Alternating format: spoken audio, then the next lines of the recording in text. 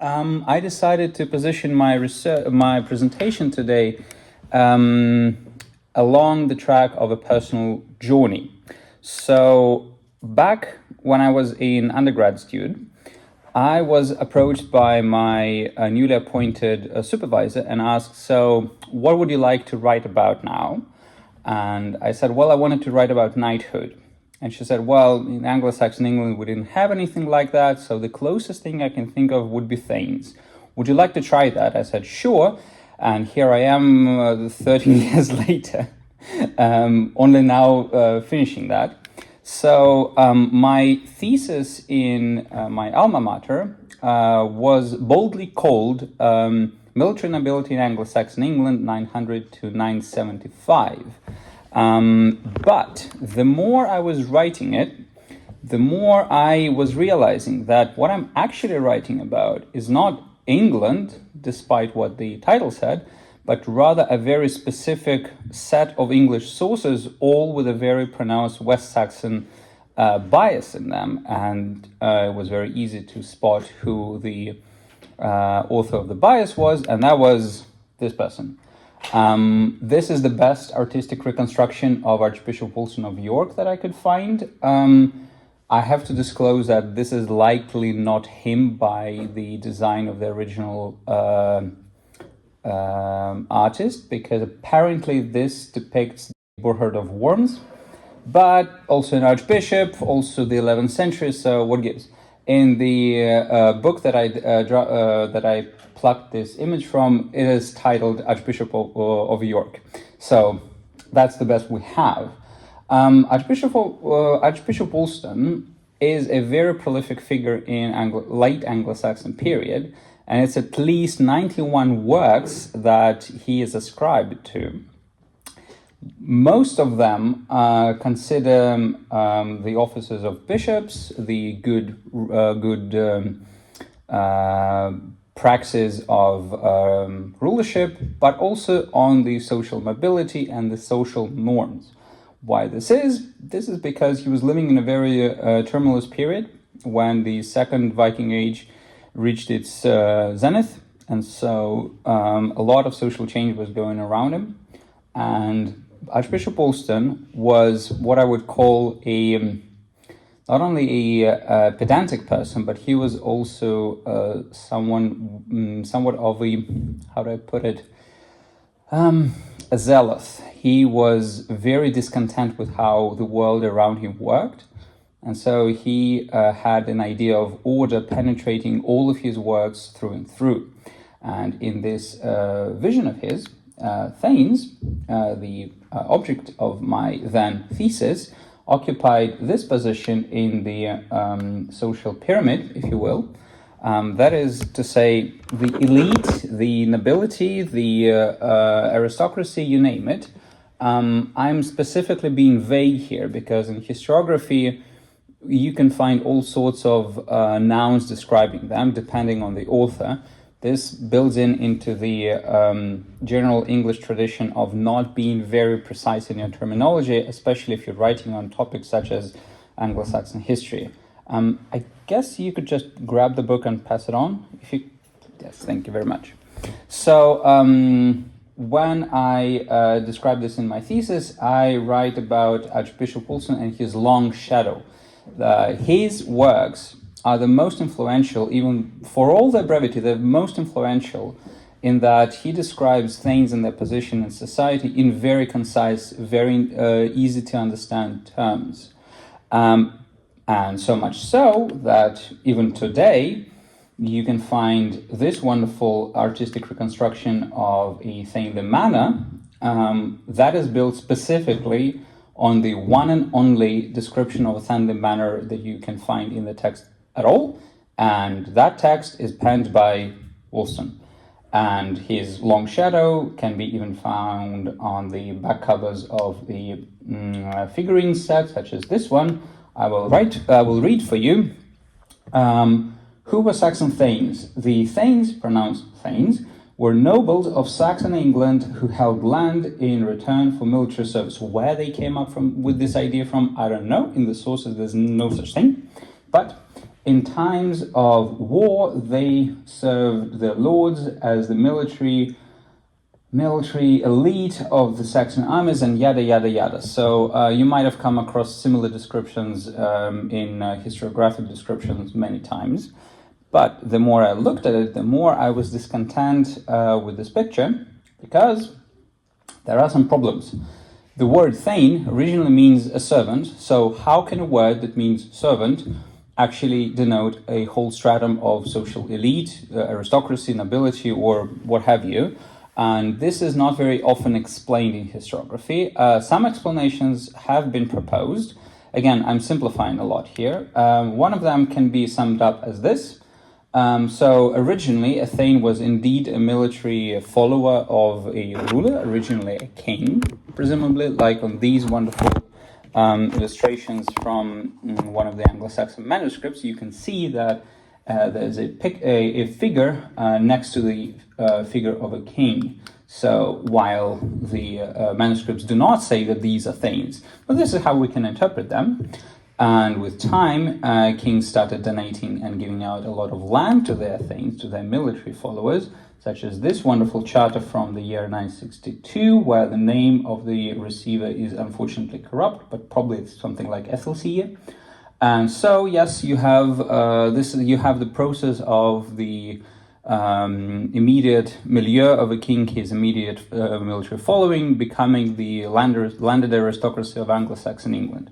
This notion I was a little discontent with already when I was writing my diploma thesis, because here I will be showing some pictures that I drafted for my thesis, but that's just because of the artistic qualities in my diploma thesis. I just had a much more low-key pictures to the same effect. Namely, if we look at the map of where such diplomas have been preserved, you can see that the archives that had at some point contained them are distributed very unevenly. They're very much concentrated in Greater Wessex. Sometimes people can call it Saxon England, if you will. That is to say, the Kingdom of Wessex, which by the year 900 encompassed all the territories south of the Thames, and the western part of the Kingdom of Mercia, which in 918 was absorbed by the West Saxon polity. Okay, well, does this distort our picture of where these land grants lay? Yes, to a great extent. You can find this picture in my thesis. This is where land was donated via these diplomas as we know them. This is, I believe, for all period, if I'm not mistaken, and you can see that there's a very observable correlation. And I had to write a separate article on that.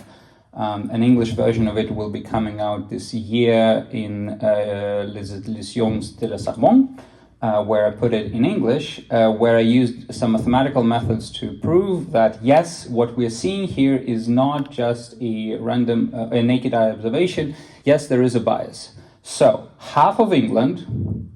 roughly half of England is covered by land donations. What happens in the other half?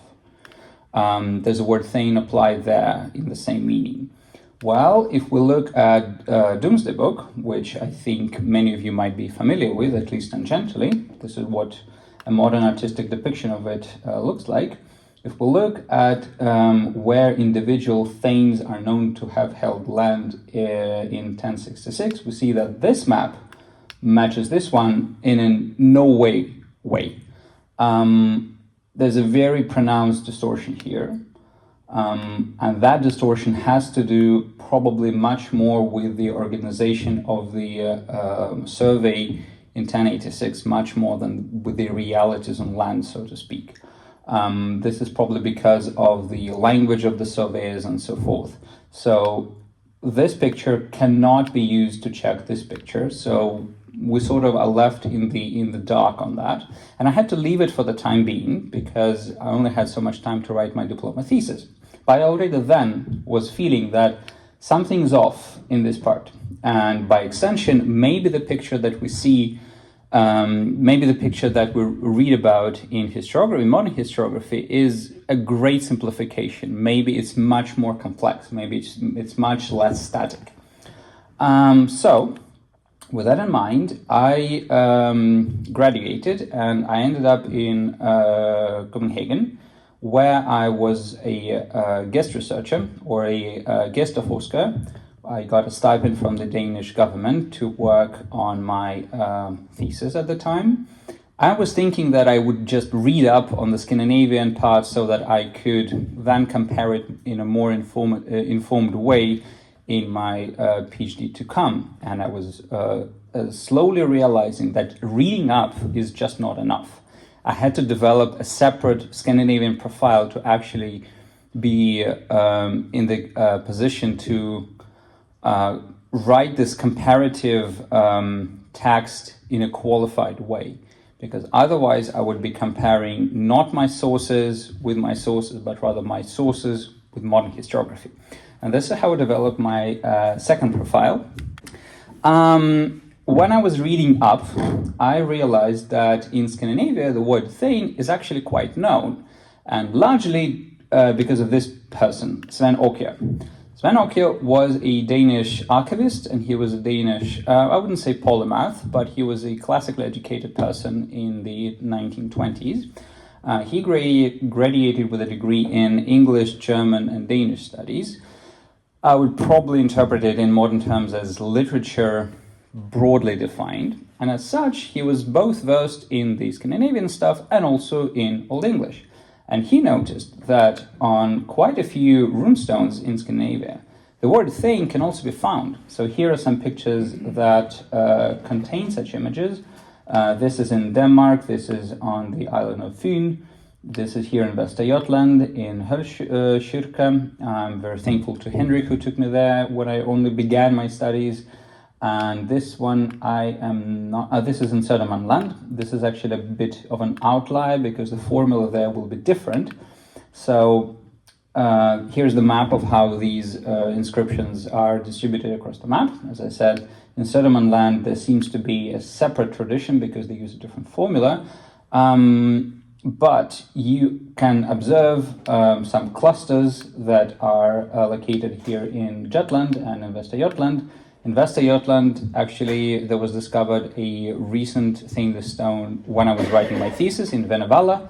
It hasn't been published yet, but we can be sure that it refers to a Thegn. It's a corrupt inscription, so we don't know the name. We don't know the name of the sponsors, but yeah, the word thicken or something like that can be very much observed. So, with that, I proceeded to my thesis. The main problem in Åkjær's findings was that he was comparing, like I said, historiography to his sources in a rather peculiar way. For him, Thegns in England were royal vassals, and so by extension, he said, because they belong to the same period in the runic inscriptions, that must mean that in Scandinavia, Thegns were also royal vassals, or what you call them. He called them herdmen. So that means that this is a sort of the extension of the royal court into the localities. And then this trend was picked up by archaeologists and some historians too, who saw in Thegns the agents of royal government and the agents of the nascent statehood. That was a very good fit in the general scheme of things. I wasn't convinced about that. So my research questions had to do with these points. So I was interested in understanding what can we make out of the fact that social elites, by whatever definition, were referred to in two regions by the word that originally meant a servant, and there's no doubt in that. What does it tell us about these societies? Then I was interested in how the social relations and how the power relations in these societies were organized and how the word Thegn and the concept of Thegn built into them. And finally, I was trying to put my finger on Åkjær's findings that, well, we see a material that is parallel in time. What does it tell us about the interaction between these two regions? With that, I broke my thesis into 3 methodological stages. Important for me, the cornerstone of my research was the context analysis. That is to say, I completely put away all the modern interpretations of the word thane and decided to look at the sources themselves without, as much as possible, without the preconceived notions.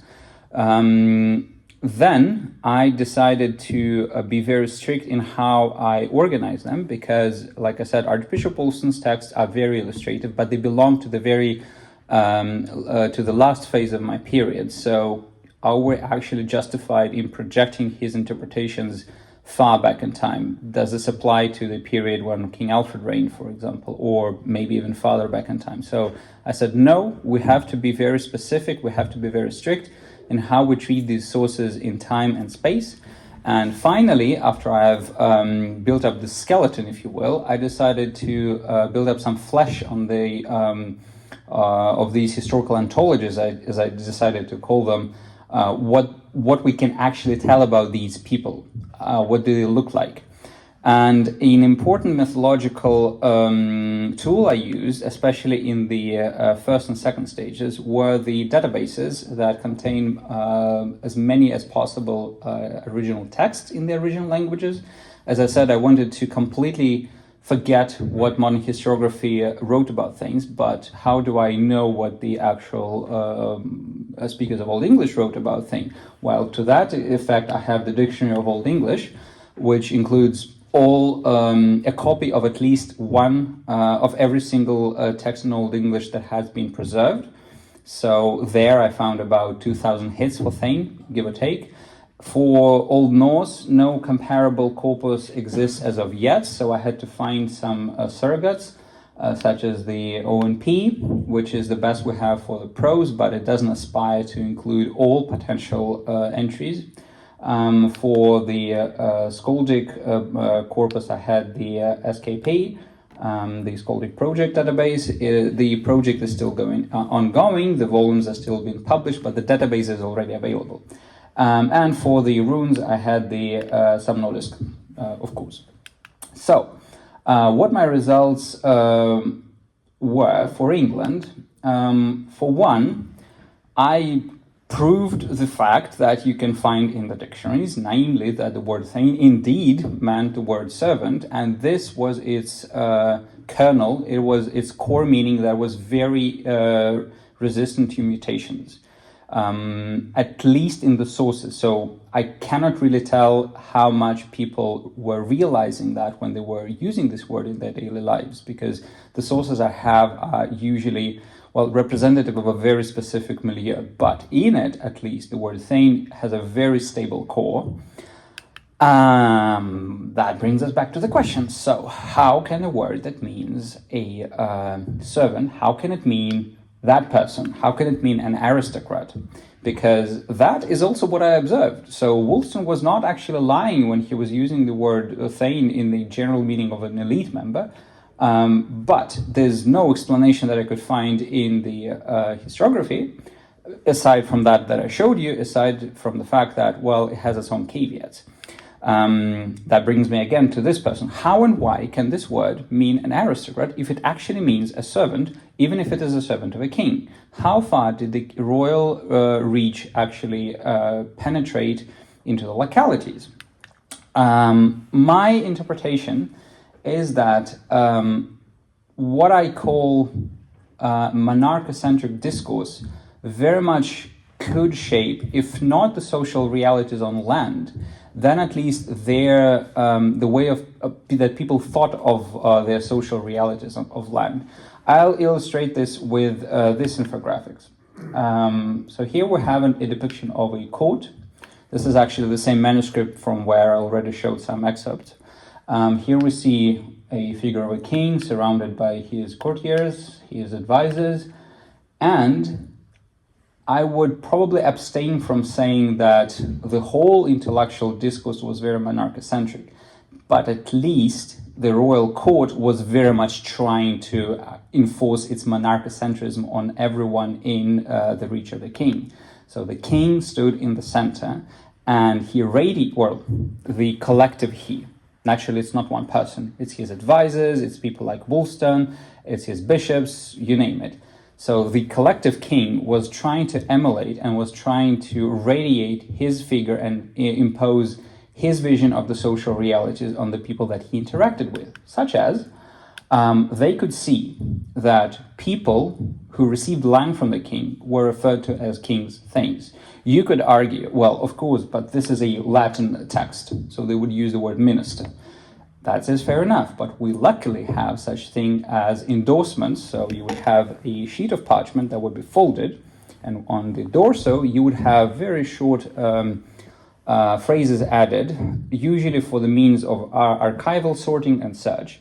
It's a very established practice, and wherever we see a word minister referring to the recipient, in the endorsements it would inevitably say thane, which means that in Old English they actually did call them things. So I can imagine a situation when in a locality someone was disputing over a piece of land, and they would show their parchment and say, well, I or my father thane such and such, or let's put it another way, the king such and such donated this land to his thane such and such, who was my father. So this is very much imaginable that they would hear that.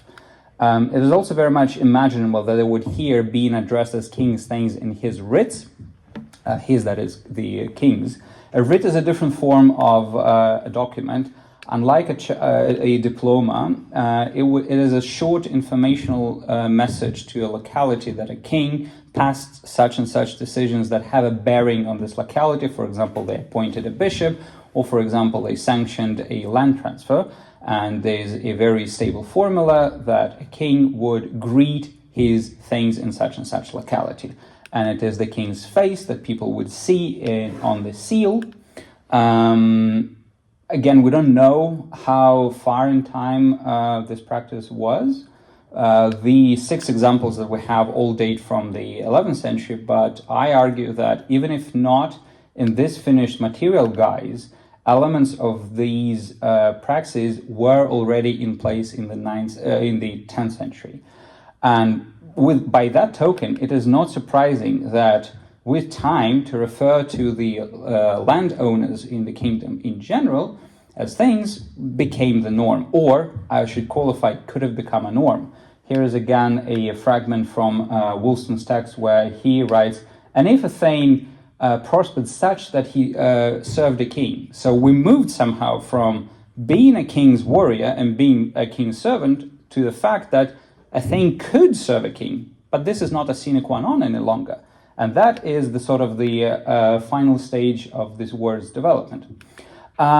Here's an example of, for example, how this could have occurred, this communication. It's an excerpt from one of the TV series that I'm not a big fan of, but I can imagine how this happened. They could deliver out these writs in which a king would address his things, and that would be in everyone's ears by and large. So it didn't really affect much where kings received land, as much as people were exposed to the language of these praxis, much more as being affected by these economic praxis or redistributional praxis. So, what about Scandinavia? In Scandinavia, the situation was very different because I couldn't find a kernel. I couldn't find one semantic core in the word thane. The word thane seems to have been used left and right in 2 meanings. One is someone in the not in the service of the king, but rather in vassalage to the king, or maybe vassal is a little of a loaded word. Now that we all have read Susan Reynolds' Fiefs and Vassals, I prefer to call them liegemen. So we can say someone in king's liegemanship, I guess. But at the same time, the word thane could just as easily refer to just the elite, landowners, the bönder, just as much, just as in England. And one thing that united them seems to have been, but this is a little of conjectural conclusion on my part, largely because of the sorry state of our sources for the period.